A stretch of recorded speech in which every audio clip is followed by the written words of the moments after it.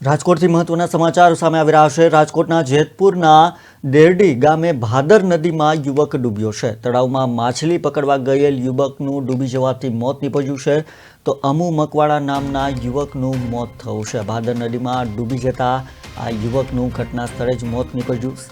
જેતપુરની સરકારી હોસ્પિટલમાં મૃતદેહને પોસ્ટમોર્ટમ માટે ખસેડવામાં આવ્યો છે। ત્યારે મહત્વના સમાચાર જેતપુરથી પ્રાપ્ત થઈ રહ્યા છે। જેતપુરમાં માછલી પકડવા ગયેલા યુવકનું ડૂબી જતા મોત નીપજ્યું છે। ત્યારે ભાદર નદીમાં યુવક ડૂબી જતા તેનું મોત નીપજ્યું છે। જેતપુરના દેરડી ગામમાં ભાદર નદીમાં યુવક ડૂબી જતા તેનું મોત નીપજ્યું છે। અમુ મકવાણા નામના યુવકનું ભાદર નદીમાં ડૂબી જવાથી મોત થયું।